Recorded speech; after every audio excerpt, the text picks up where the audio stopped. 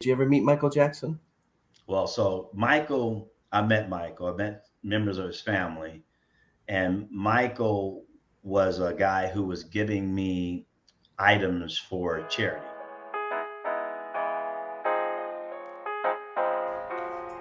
Welcome to the Onstage Podcast. I'm your host, Chris Robert.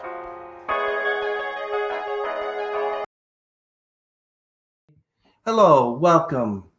We have a special guest here. His name is Rodney H. Dixon. And what's their H stand for, my friend? Ha ha! So my middle name is Horatio, I and like it. yeah. I love it, Rodney. I really appreciate that. So, welcome to our podcast. This afternoon is Friday, and actually, the weather is really nice here in Toronto, Canada. It's like 28 degrees. Tomorrow's supposed to be 28. It's 25, 26 now. We're getting into the summer warm weather. What do you think of that? That's excellent. Love it. Right. Yeah.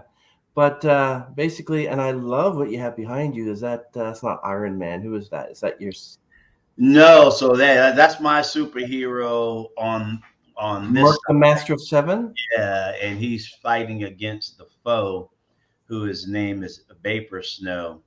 So you can actually see I have some new content called Atoma Merc GT Racing Series, and there's a YouTube channel under that Atoma Merc GT Racing Series, and you can see the back and forth between the battle of Atoma Merc and Vapor Snow on a That's continued basis. I think like 15 episodes right now. Before we continue, can you give us a little bit of a background history of who Rodney H. Dixon is so that our audience knows? Wow. So, I mean, I started out as an athlete. And so, of course, growing up, playing all the sports, excelled in basketball and football. And then during my freshman year going to college for basketball, I met the artist formerly known as Prince. And he convinced me to jump into the music scene. And so I started songwriting and making music. And then from there, I created my own content, and that was all developed around the concept of solar energy. So I was into solar long before it ever happened.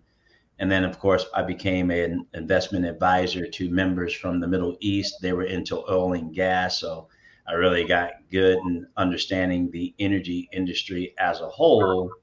And that led to real estate because that, if you're dealing with oil and gas, you're dealing with real estate. And so by the time I got into the actual solar industry, I started working with two of the largest solar companies in America. Well, And then, of course, I met with Stan Lee, who, with my superhero character, he endorsed it. And it's the only superhero character ever endorsed by Stan Lee that he didn't create himself.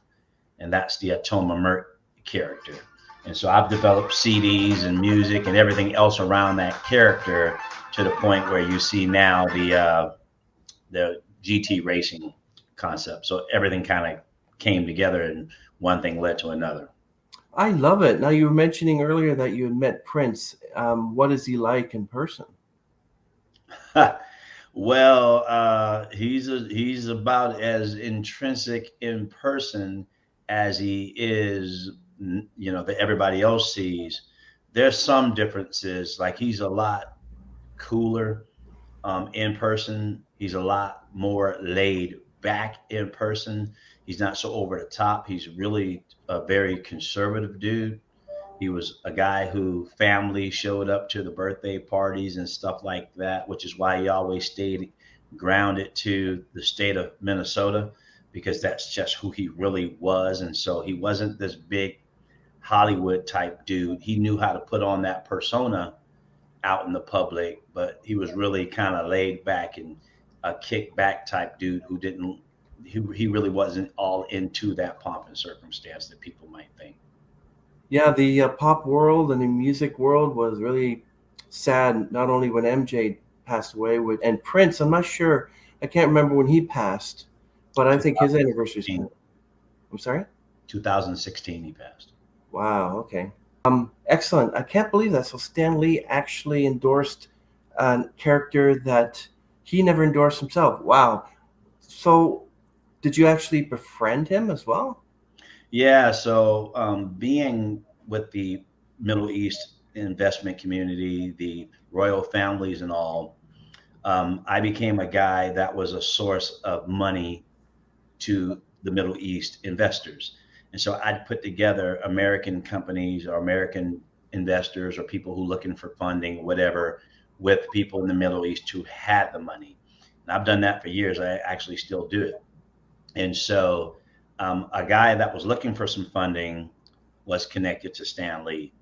And so when I went to go meet him at an office, he wanted me to actually go meet Stan Lee because Stan was coming out with a new company called POW Entertainment.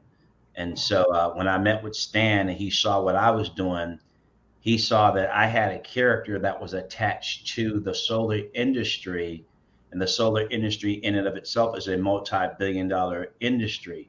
And Stan was like, "Oh shoot, okay, you own all your stuff." Like Stan didn't own all his own stuff, so Stan's like, "You own your stuff, and it's attached to a multi-billion-dollar industry. The character concept that you've created matches something in real time. I've never seen anything like that. Everything I've always done had some realistic concepts to it, but it never had an industry attached to it the way that character you developed did." And so he started schooling me on some of the character development stuff and how to actually build a story and things of that nature. And then he was like, uh, "I'm with you. Whatever you want to do, I'm in." And so the person who's the president of the Stanley Foundation now, Junko Kobayashi, was the one who was kind of spearheading the agreement between me and him. And then, unfortunately, there were some other people in his mix, and he went through a lot of stuff because of these other people in his mix. And I don't know the grand details of that inside stuff that was going on, but we didn't get to make it happen before he passed away. So Oh, yes. I remain the only guy who has the character that Stan endorsed himself, and I'm the only person that he was willing to take second position behind. You got to learn humility, my friend. My brother. Yeah. Hey, I mean, getting into those spots is the Lord that put you in them because I can't draw them up. They're not planned. They kind of just kind of happen. And so Exactly. being in Yeah. the right place at the right time, and that's what the word says, time and chance happens to them all, right? I'm always happy that when one of my guests talks about their faith, and it really helps. I'd like to go back to when you were young. Go back to the time when you decided, I want to be a basketball player. I want to be, because your biography said you were into basketball, and then you gave that up. And then when you wanted to be a comic book designer, and then you said you wanted to be um, a musician as well. So where in your life, when you were younger, did you decide that this is what I'm going to do, and this is what I am? So, I mean, early on, sports was everything, right? And so I was into football, I was into basketball. And during that time, I was very fast for a guy of my size. I'm 6'4", right? And so Wow. I was quick, like little guys that were a lot littler than me, but I was a lot bigger. And so friends of mine gave me the nickname Merc, which is short for Mercury, because Wow. of speed and swiftness. So most people growing up with me call me Merc. They don't call me Rod or Rodney. Hmm. Rod Dixon became a name as a basketball player where the newspapers started pushing the agenda, and I became very well known throughout the area as being a top basketball player. And so, but during that, I was always meeting people who were in the entertainment industry. So guys like Stoney Jackson and stuff like that, different dudes that were on TV shows, I knew them. And friends of mine worked in the music industry. This group called the Woods Empire, Hmm. Woods Family, and stuff like that. So I knew a lot of people in the entertainment industry. And so my uncle actually introduced me to uh, Michael Jackson's brother Jackie, his wife and her family. Hmm. Her name was Enid Span. So that whole industry was kind of intertwined with my family. My uncle was an executive at Warner Brothers, been there 30 something years. So all of it was always there. So I did never see anything based on categories. So back then, you went from football to basketball to baseball to whatever. I just happened to go from football, basketball to baseball to drama to music. And all of it is just what you did because you didn't stay in the house. You had to always be busy, especially during the summers. So all of it is actually one concept to me. It didn't start becoming categorized until money starts getting involved. Then it's like, okay, well, what are you going to do as a profession? And so once that happened, you got to now start making a choice, right? Which one of these you're going to do. You can't do them all anymore because you can't make money on all of them at the same time. I decided, okay, I'm gonna go basketball. But then that's when I met Prince. And Wow. so it's not like I met him and I didn't have any inclinations toward the music concept. I was actually already writing songs and stuff like that. And so when that opportunity hit, it's like, okay, and during that time, it's not like today. Today, I'd probably make a different decision because today they're making millions of dollars. Back then, they weren't making any money in basketball. So it's like, okay, I can go play basketball and work my body to death for a little bit of dough, while this dude looks like he's about to make a fortune. Let me go his route, right? And so it was really kind of an economic decision, and I liked creating, and so it was a natural fit to go that particular route. Yeah, I was reading a little bit of your other history story and where you grew up, and it must have been quite a area to grow up in, eh? Did you make lots of friends down there? And Yeah, my family is very popular in the area. I knew a lot of people because of sports. yeah, Because if I didn't do just one sport. So if you did all this stuff, I was in a dance group, I was in the drama club. So if you nice. did a bunch of stuff, you met a bunch of people. So I knew a bunch of people based on like just doing a lot of stuff. So it's not like I was popular because of any one particular thing. It's just because I actually had that many actual friends. And then there's a result, that's how it all, kind of rolled. That's awesome. Yeah. Can you tell us about what this Merc the Master 7 album is all about? So that's when, in Minnesota, and I didn't like the themes that Prince was singing and writing about. All his stuff was pretty much sex and that kind of game. And that wasn't my thing. So, being a guy who's focusing on the Lord and stuff like that, I had to figure out, okay, I want to make something. But at the time, religious music was really boring. It Mm. wasn't as funky as it is now. So I sat there like, okay, I'm in the middle, but I can't go that other route. I can't go what I call the route of the dark, right? I don't go that route. So I had to figure out a theme that would allow me to still do the music, the type of music I wanted, which was really funky, rock, etc., but not sing the craziness that everybody else was singing that was doing that music. And so I started writing about light, solar. And so solar was a way to still talk about the light versus the darkness, but do it in a way that was not going to be, driving young kids away because, during that time, quote unquote, God wasn't hip.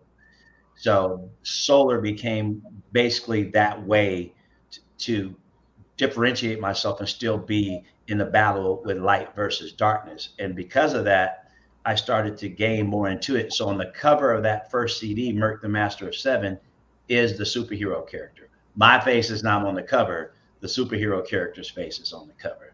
So all of it was being intertwined. And while that CD was being made, I had already written the Cosmic Billionaires Club and was starting I wrote a script called Atoma. So all the concepts I was doing this stuff 20 years, 25 years before it ever hit mainstream thought about the solar industry. Well, that's awesome. Yeah, I have a friend who he lives like up north here, up to Toronto. He works for a solar panel company. It's called Helion, and yeah, I it's amazing how they make those. What kind of what kind of powers does Atoma have? Well, one, he's a solar superhero, Hmm. but he's not limited to the sun. So he actually has the power of the universe, time travel, where you start getting into Einstein and dealing with time travel and the various different times based on points of reference and how they tested all that out. And my dad's a scientist; he's a biochemist, and he's a scientist. So we started learning about science early from him. And so I made this character Atoma based on the concept of a man and how a man's made of atoms. And so he would be the essence of the beginning of creation, even the first atom that's created into the man, not just Adam and Eve, but it's a play on metaphor for Adam and Eve. But it's actually going deeper than that into the nucleus of the atom that created Adam. And so that's the essence of who this character is. So he's a lot more than just solar, but solar being the light source, he's called a solar superhero, but he can do things that solar can't do, such as time travel, etc. That's very interesting. I don't know how many other superheroes can. Oh yeah, the Flash can time travel. Yeah, he just has to speed up a little bit just to go back in time. Yeah, I love that series. But I noticed with a photo of Atoma. Can I ask you something? Is Atoma based on you? So some of it, so some of it's based on me to the point where he's called Atoma Merc, right? And so my nickname was Merc. So some of it's based on me. He has an athletic build and things of that nature. So a lot of what he does plays on some of the stuff that I do. And now, if you look at the Atoma Merc GT Racing series, you will see he also doubles, like each superhero usually doubles with a different person character, like Peter Parker and Bruce Wayne, right? And so he's a solar sales rep. So he's a solar guy. He's a solar guy. Um, Give me a sec. Let me just turn it off. You're well known, buddy. Yeah, I just Everyone wants you. it'll do that all 3 minutes, but I thought I had turned it off. Okay, so he's a solar sales rep because that's what I do. So being a solar superhero and a solar sales rep, and then he's a race car driver with GT Racer because of sports cars and all, and I drive sports cars. So some of what I am is him, but then he can time travel, and I'm not going to tell people whether I can time travel or not. Well, it's not biblical. I don't believe that you can, but I love any movie or TV series based on time travel and how they change it, especially the JFK conspiracy. I like when they go back and they change the whole thing, and he doesn't get shot, and you find out what the world will look like if he was still alive. And I just love this kind of alternative history. My favorite series was Sliders. I don't know if you remember that series. I do. Yeah, it was a great show. Great show. So yeah, I noticed by your logo, I see the A. I like how it goes to A, and then on your Facebook, it's actually very plain. It's very interesting. Is that what he? I guess that's what he has on his chest, right? That's correct. That's awesome. I like that. Is music a big part of your life? Not, no. Actually, let me back up. I know the faith in the Lord should be number one. Which one is your number two? So creativity, period. So that's why I like this Atoma Merc GT Racing series, because I'm able to select the type of music that's hip, that meets the scene. They're like mini movies. And so I'm able to create the script. It's made like my own kind of digital comic book concept. So you got to read. And so I want kids to read because reading is becoming a lost art. So I want them to read if they're looking at it. But creativity as a whole, where I can put together visual with music, with the lyrical content or the text, all encompassing. Wow. And that's kind of what the book was about. But yet the book wasn't able to feature the music. It only talked about music, where Atoma Merc, the GT Racing series, adds music too. So yeah, I wouldn't say music my thing in and of itself versus writing my thing in and of itself.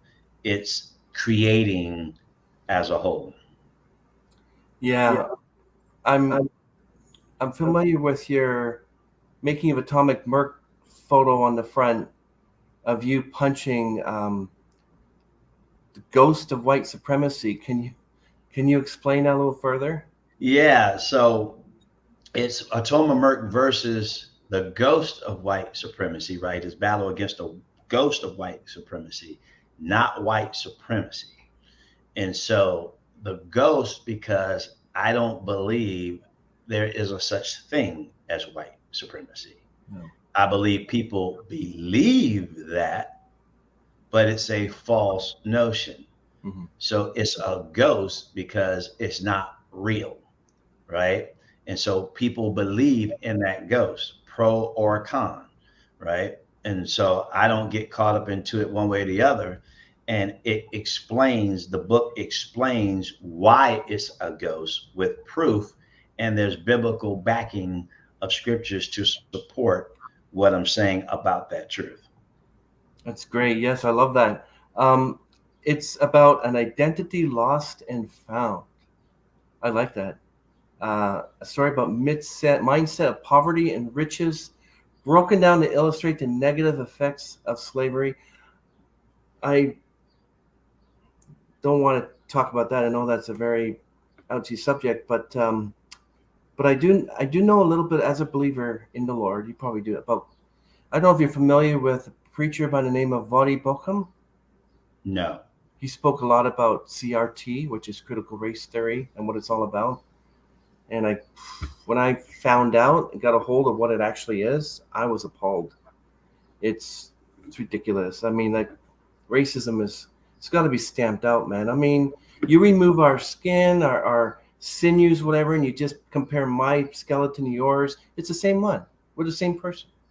We're all just Yeah, it's the same concept, and how what you just read there describe in the book, where it's the negative stereotypes. It's stereotypes, but stereotypes, if you push it long enough, just like fantasy, if you push it long enough, people start believing in it, or rumors, right? If you say it long enough, it starts to hold life. And so these stereotypes are based on, the stereotypes say Rodney should not be talking about Einstein's theory of relativity as it relates to time deviation and derivatives and time travels and different times and different zones in space, and as time is slower for people that move versus people that sit still. Well, according to stereotypes, I'm not supposed to know anything about that, especially the ability to take it, flip it, and put it into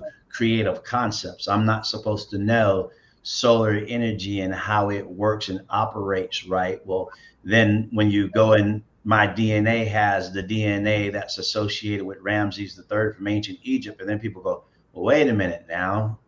They were kind of ahead of the game as relates to energy and solar. Okay, well, that's why you got it, right? It's like, okay, well, then what happened to the stereotype, right? So you just, that's why, as the ghost, right, you just throw that stuff out of the window. And so I don't try to go about trying to fit in anybody's narrative or any kind of concept they're in. And that's what the book is all about. This is one, I'm just me, and it's unique on one end, but it's not so unique on the other. And it's like, well, not everybody can trace their ancestry back to any specific people.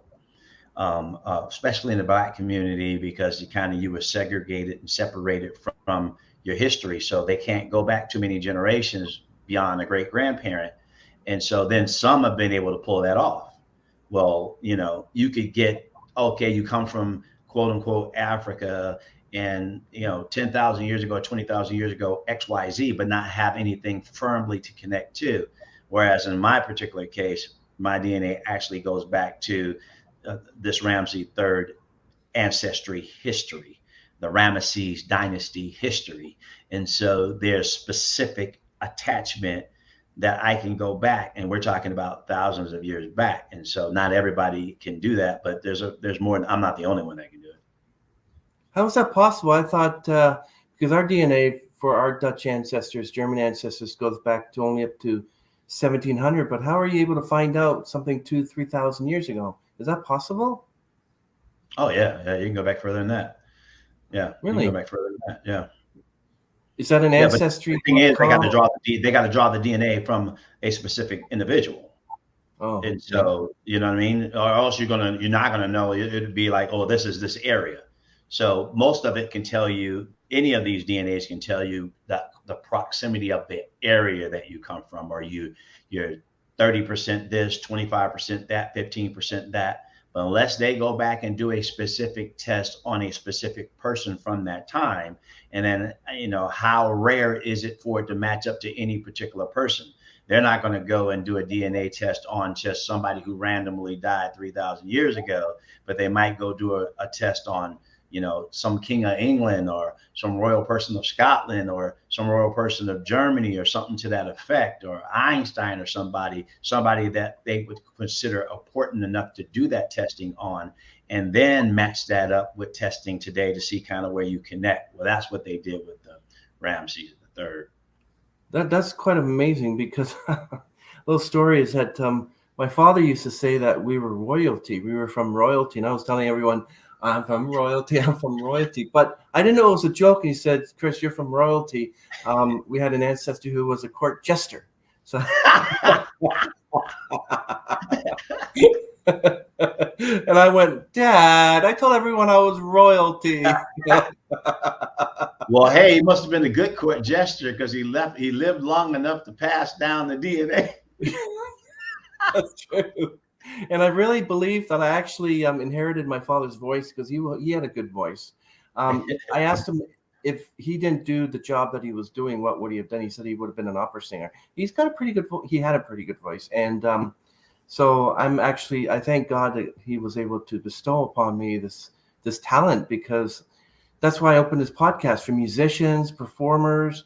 I want your musical talent. I love it. I just, it's great. And listening to you is awesome. I love it. Yeah. Merc, the Master 7. But 7, is that like using God's number 7? Is that what it means? Yeah. So that's the number of completion, right? On the seventh day, he rested. Right. Yeah. So it's a complete cycle. Right. And so he's Merc, the master of that, which means he's not the creator of it. He's mastering it. So if it's the seventh day and he rested, he's mastering that rest. Now, biblically, the Bible tells you to enter into his rest. Yeah. So, and for you to do that, you got to have faith in his works. So Merc, the master of 7, would be basically someone who surrendered to the finished work of Jesus Christ. Now, then again, back in the day, oh man, where are we going to put him? I would have had to make some traditional Christian type sounding music for them to put it somewhere where that wasn't my style of music. And so as a result, here's a way to tell the story so that the light shines through.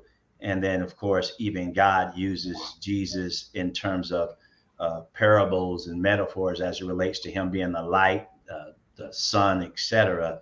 And so it's all relative. It all makes sense, but you got to dig a little bit deep to get it. And that was the purpose of the CD, to make people dig a little deep. And it used to make Prince scratch his head a couple of times when he would listen to my stuff, like, okay, brother, wait a minute now. Dial that back. What was you talking about here? Does worldly music affect you the same as Christian music, or what you consider to be Christian music? Like with Prince, a song from Prince, like Dove's Cry has such a kind of weird sound to it, but it's a good song. But the song Pop, what's that song called? Pop Life. Yeah, Pop Life was like a pop song, but did his song actually uplift you? Did it edify you at all? Or does any worldly music like George Michael? It Yeah. doesn't benefit me at all. So, Oh, give you an example of Pop Life. So, Pop Life, I created a song called Susie Lovelace, and Susie Lovelace was the demo that I would create these demos, and Prince would take them and flip them into his own way. And so, Susie Lovelace was about a girl who was going about life the wrong way. And so the song was basically a warning to this Susie Lovelace to change her life and go about it the wrong way. Now, of course, Prince's image is not that. mm. So he wasn't going to sing those lyrics. So it became Pop Life. So that's kind of how the stuff was going down. I'd write it one way and he'd take it and do whatever he wanted to do with it. And you couldn't tell him you couldn't do it that route. And so there's not. I don't really listen to worldly music. So now, fortunately, today there's plenty of music out there that's really, really good, really, really funky. That's gospel that I dig big time. And Fred Hammond, Kirk Franklin, Oh, Isaac Carreri. Ty Tribbett. So there's just a host of guys that I listen to that I'm like, man, that's what I'm talking about. Now that didn't go down 25, 30 years ago. It wasn't, it wasn't around. So it finally caught up to the point where I could go, all right, that's good to go. but I still like, the Bee Gees, and I still have, um, I like Imagine Dragon. Would you use lyrics as part of like advice, or do you get No. yourself, you don't? No, I know some people who do. Some of my friends actually do, fellow Christians, and because they still kind of listen to the music. Now, I like some of the worldly music from the past because I grew up with it, right? I like the Jacksons. I actually went to a concert. I sat with Prince as a guest watching Michael in concert. How cool can it get? That's So, cool. I mean, I hear it. I understand it. I grew up with it. I appreciate it. I used to like it all. But since, really getting into it today, the music today is not like the music of the 70s, 80s, and 90s, or even No. 2000s. It's at another level that I'm just like, I can't listen to it. They've gone over the cliff. But I still listen to music that's 400 years old. I listen to all the classical violins, Mozart, Beethoven. That sort of lifts me up as well. But I believe that God created all music. Doesn't matter whether it's worldly music or Christian music or contemporary music, whatever you call it. And I also have a directory of my favorite hymns. Like I have a hymn book, and all the songs that during church I was singing, and the new hymns I like so much, I would go and search for a version on Spotify. So I have 30 hymns that I absolutely love. And but how did you suddenly? I'm a believer now. How did that come about? So, I mean, musically, when I first created the first demo for Prince, it was during that time that I said, uh, the music he's doing is not something that I really want to do. So I immediately began looking for a alternative on how I'm going to create the music. Because at the time I wanted to be an artist, not just a writer. Mm. And so I was looking for, okay, what's my thing going to be about? And so as I was searching for it, I used to always say that there was a higher level, there was a higher level.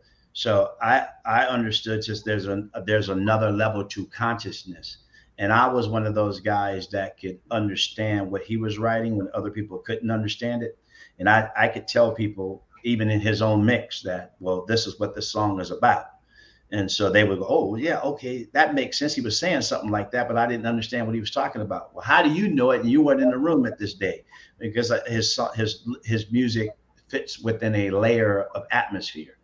And so I knew that there was a higher atmosphere because he was already operating on an atmosphere that most musicians weren't, as related to not just playing, but also lyrically. Hmm. And so I go, well, still a low atmosphere.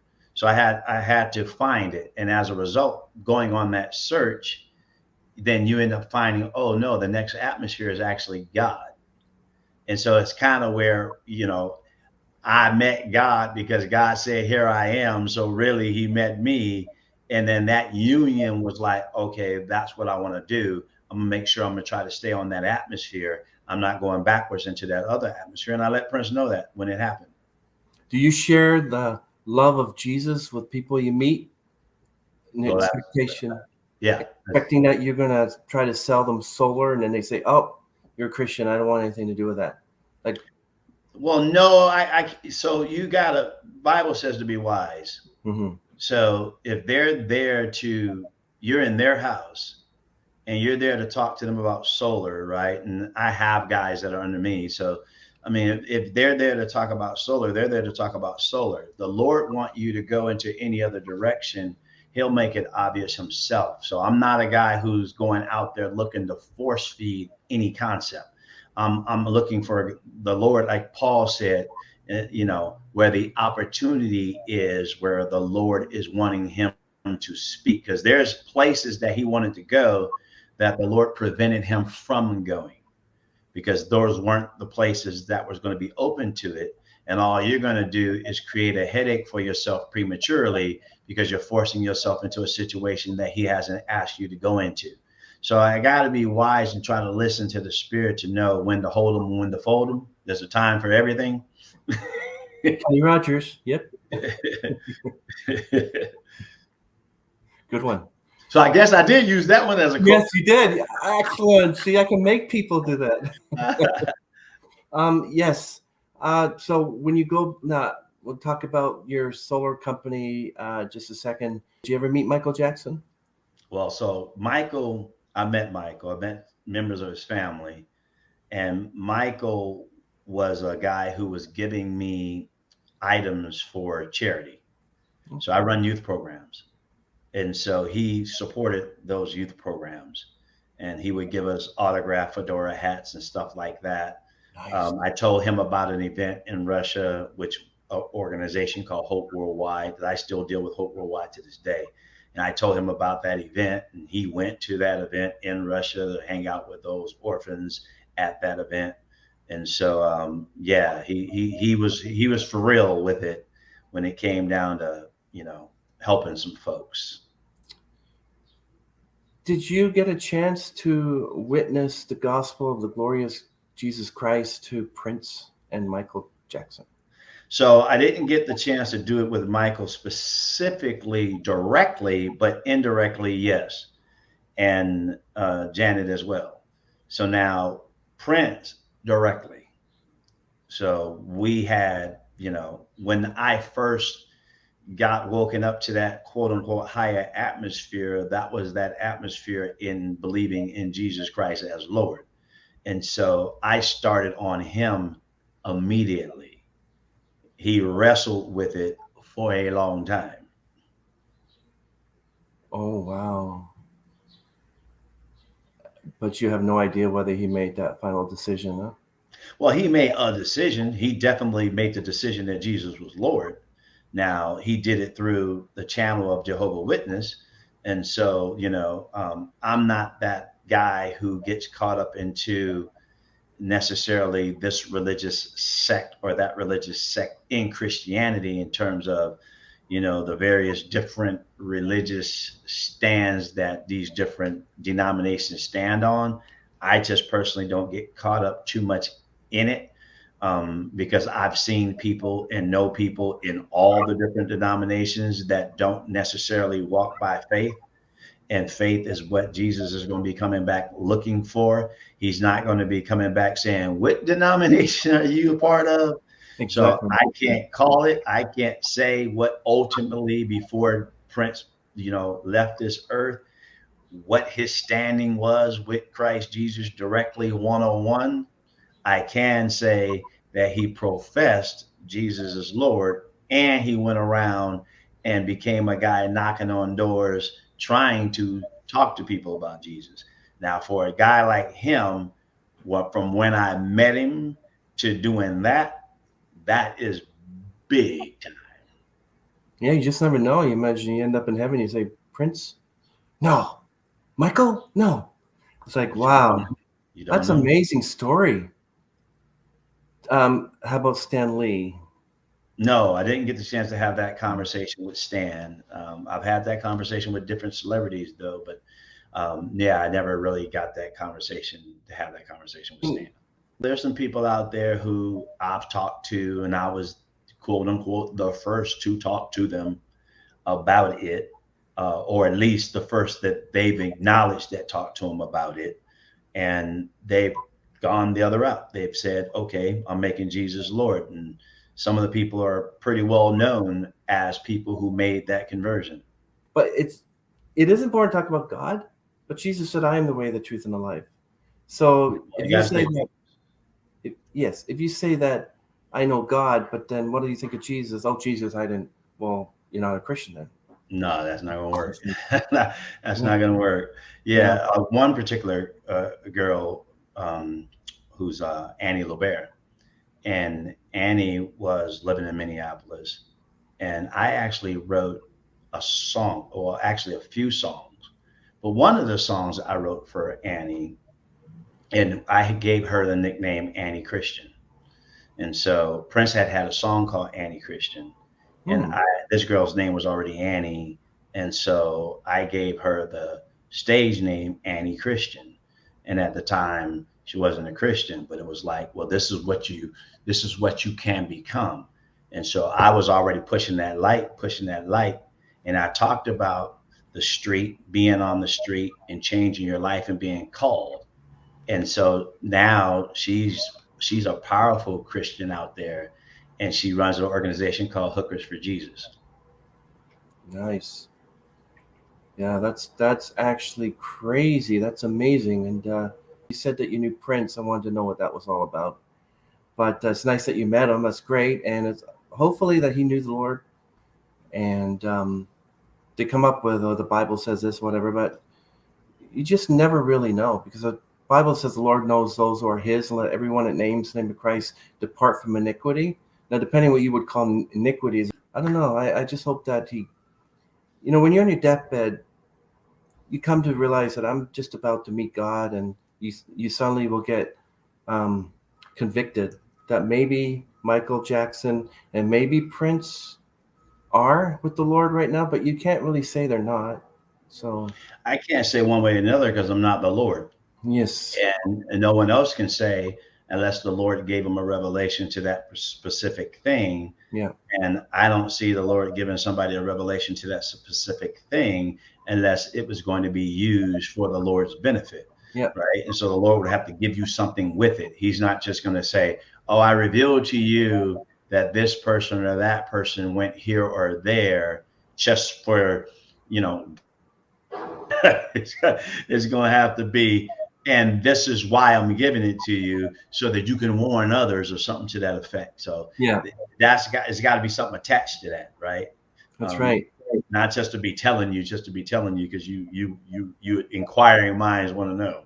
But the solar panels, do you find that we're talking about your business now? Solar panels, you think that's the future of energy? Now, it's a energy. I wouldn't say it has to be the energy, but it is a energy. We need a portfolio of energies, including wind, including hydro. Before I got into solar, I was in an energy called hydrogen on demand.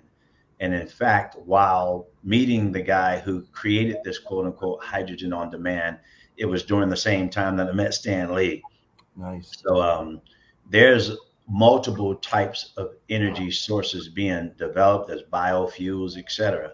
So yeah, solar is a very prominent one.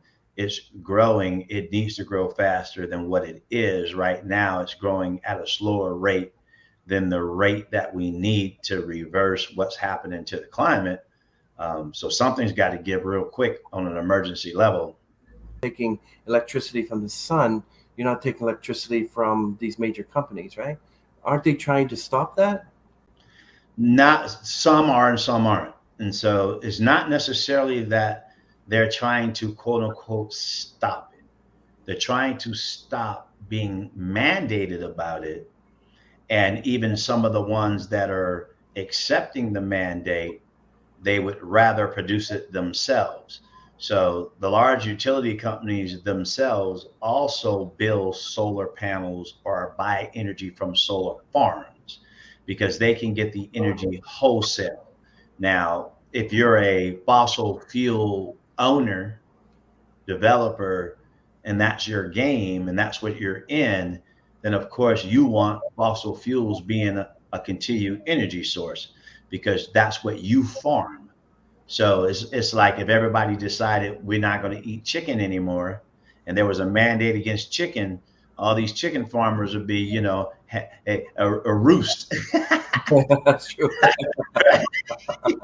So it's the same thing. You got these fossil fuel guys who, hey man, this is 5, 6, 7, 8 generations of wealth that are stopping my game. And so a lot of these guys are like, well, I got to make an alternative move and go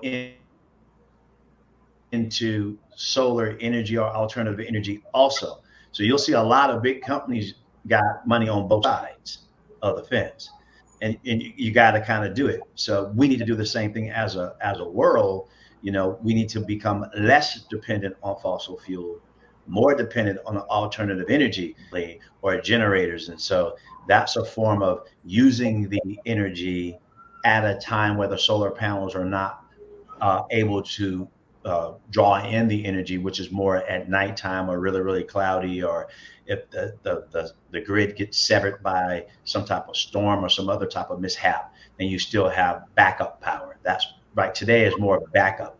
We have the ability to build it and build it large, but the cost isn't efficient enough to do it so large. So right now you got to do it as backup just because of the cost. One day to take a solar panel cell phone or whatever and have it charged with the sun, but at the same time, isn't the heat going to explode the battery? So you can't win either way. Like, how are you going to reconcile the two? How are you going to make a battery that uses solar panel with solar energy without making the battery explode, because it gets hot usually? Well, so there's different batteries out there, and in answer to your question, some of the battery manufacturers have more problems than the others because of heating issues. Mm-hmm. And so, in areas where it's really, really hot, you got to try to put these batteries in areas that can kind of try to stay as cool as possible. You have other manufacturers who are manufacturing them in ways where they have a coolant system type of connected to it. And so they're not running as hot. And so therein lies, the issue. And then you have other technology that are coming out there that's running it in a generator sense or a quote unquote battery sense without using ion and different other materials that don't heat as much. So that's why batteries is not at the point yet where it can scale at the same level as solar panels because of issues like you just addressed. Well, yeah, that'd be kind of interesting that even to run a car with a solar panel, solar energy. Um, yeah, that's amazing. So you think you're the first one that started a company like this, or do you think there's other companies out there before you that have a sort of solar race type company? Well, so solar race is a concept that I developed with the superhero a long time ago. There wasn't anybody thinking about it in the capacity for general residential use like I was describing back then. So if you look at the Cosmic Billionaires Club, there's 7 chapters, and one of the chapters is called The Business. And I'm describing how panels to be distributed, manufactured, etc. And back then that wasn't really just going down. And so you had a couple of companies out there doing it on a very large scale. They weren't doing it on a house to house residential level. That didn't really go down too strong until the 2005 Clean Air Act. And then you had companies like SunPower out there doing just quote unquote panels, but they weren't running around trying to sell it to a household or distribute it to a household on a daily basis. So the solar race is more of a story, and it's more of what the reality is of the situation because we're in a race against climate change. And so that's not necessarily quote unquote just the company, it's more of the reality of the concept. That I was ahead of the curve on. I was not the one that was ahead of, I'm not the one ahead of the curve in reference to understanding climate change or understanding that a solar future is possible. That's been around since before fossil fuels were around. Ancient Egyptians were running that game 3, 4, 5,000 years ago. So I'm definitely not the first cat. Yeah. Okay. So explain, stick to the vision plan. What's that all about? Well, that was actually a podcast I did. And so, yeah, hold on. Yeah, I don't know why this thing is sticking like this. Um, so, what do you think of veganism? I mean, I don't know a whole lot about it. I just know that it's something that people are into. And as it relates to stuff coming from animals and all, it some of it doesn't make sense to me, and some of it does make sense to me. Now, the part that doesn't make sense to me is a scripture where God talks about to Peter, don't call anything that God made clean unclean. And that, he made all these things. And if he made all these things, he says in Genesis that he made them and they were good. Now, as far as vegetarian, I can understand it more than veganism.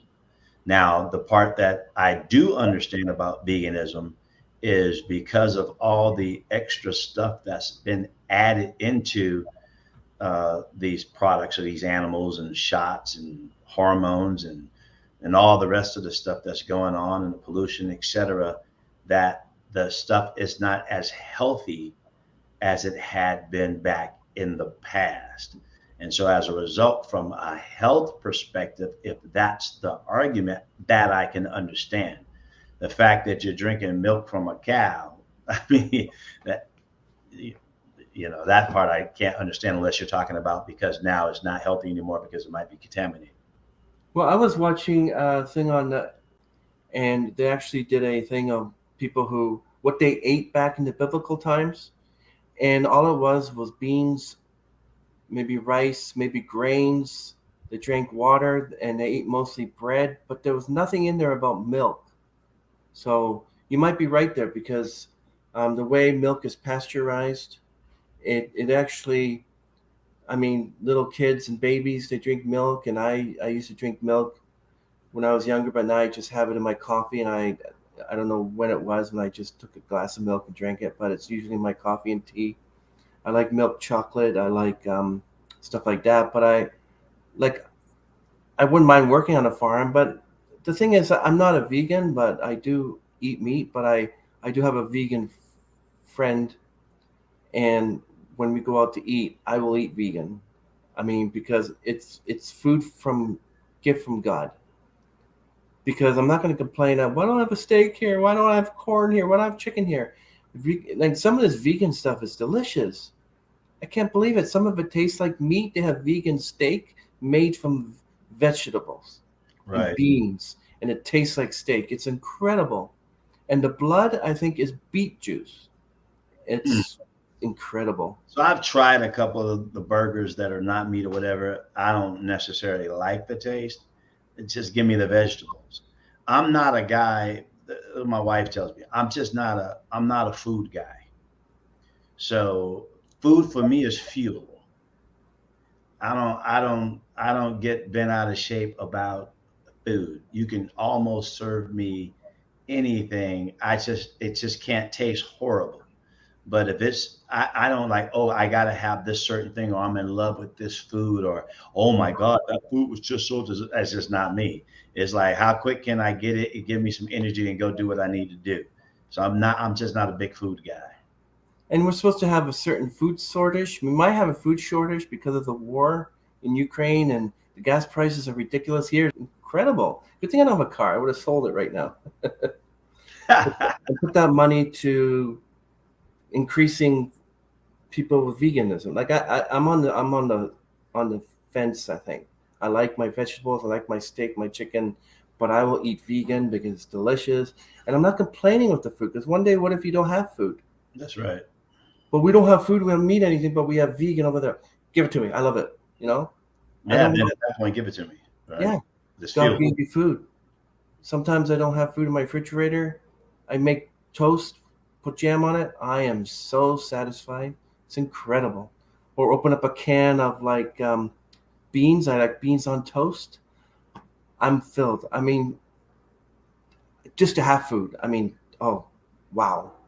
And so you mentioned you were married. So what's your family like? Family life? Do you Oh, separate? we're a team. teammates, right? Unified teammates, striving for the same goal, trying to do what God has called us to do, and that's the program. Proverbs 31 wife. That's the goal, right? But you got to be a Proverbs 31 husband. I don't know about that, but you can be. Where does it talk about husbands love your wives? That's the type of husband you should be. Yeah, yeah. Because the wife, it says, that her works bring her praise at the city gates. But there's a scripture prior to that where the man is to get together with the elders at the city gates. So you need to be an upstanding man of God if you want a Proverbs 31 woman. Oh yeah, I know. That's what I pray for. But day by day, right? How did the pandemic affect you And I mean, in in your terms of business, in your job? business, so of course, solar business took a hit during the pandemic, but it's where years before that I was already talking to the different people that I was dealing with about being proactive, not as it relates to a pandemic, but the mere fact that solar needed to become something that was going to be more online in terms of solar cells than in your face. And that was a shift that needed to happen. Mm. And so, hindsight being 2020, if more people had listened to me prior, then they would have been equipped to have it already running like it should have run. But people tried to go after the hit, after the pandemic hit, and all of a sudden now let's throw together an online or virtual solar cells program and make that the program, and got damage in between the time because it wasn't up and running in a strong way. They didn't put too much resource or thought behind it. So, there was hits being taken because of it, but I definitely put it out there in advance. I actually created an entire proposal. So I'm talking about a thick proposal as it relates to how to do it, why you should do it, etc. Wow. And people follow it because I see that lots of celebrities are following you, including royalty and stuff. That, oh, Rodney H. Dixon, give me that book. Well, they didn't do it. That's my point. I gave them the info, but I was working for a company at that time. So I gave them the 411 in advance, and I actually handed them the packet and said, here's the whole study. Here's the breakdown. Here's the demographics. Here's how much a percentage of business is done this way. This is how many billions of dollars are there. You need to pour resources into this. And if you go ahead and pour resources into this concept right here, you'll be ahead of the game. Like, again, I didn't know the pandemic was going to hit, but I wasn't basing it on the pandemic. I was basing it on this is the trend and this is where things are going anyway. All the pandemic did was make it, like obvious, but it was already headed that way already. Brick and mortar stores were already closing down before the pandemic. Has it already gotten better for you since everything's opened up and started again? Well, it is now because, especially now that because of this Russian Ukrainian thing and the prices are going sky high, Yeah. the ITC tax credit is going to be dying down unless there's some type of new extension that comes in or something to that effect. I do actually have a proposal at the White House in terms of a breakdown of what I think that should happen. That is actually at the White House right now. Now, whether they're actually listening to it or not, I have no idea. Whether or not they're going to implement it or anything like it, I have no idea. But I did throw a proposal together. No, I wouldn't say throw it together. I put a proposal together and articulated why I think the ICTC should be extended. And here's a way you can extend it that the country can benefit. And so I did put that together and sent it to the White House. That's awesome. What, do you ever meet any of the presidents at all? No. No. My friend Avery, he met Joe Biden and Martin and Harris way before that he was president. And I'm like, well, you still met the president, although he wasn't the president at the time. I'm like, I'm jealous. Yeah, he's still president, right?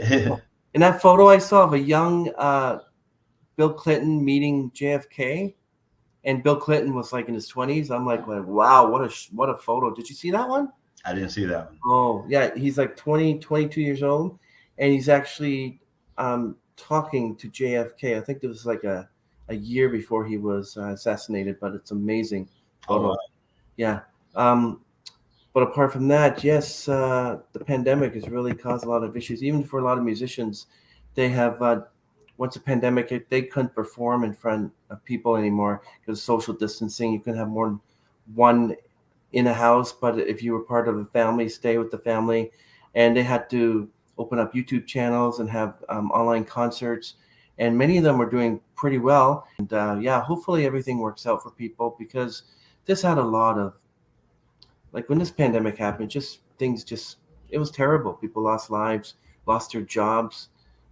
I was blessed enough that I kept my job. But this is excellent. I really enjoyed our discussion today, Rodney. Hope that we touched on a few topics, and I really appreciate you being thoroughly open, brother. I appreciate being on your platform here, and Yeah, I appreciate you I've done being a on the I've done a platform. few of them, and a few I've gone, I'm not going to do it, but this one I said, okay.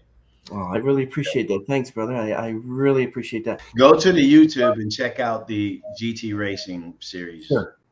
content. I appreciate that. Good stuff. Hey, appreciate you. Thanks, brother. Thank you very much, brother. So have a wonderful weekend and talk to you soon. You too. Bye-bye. Bye.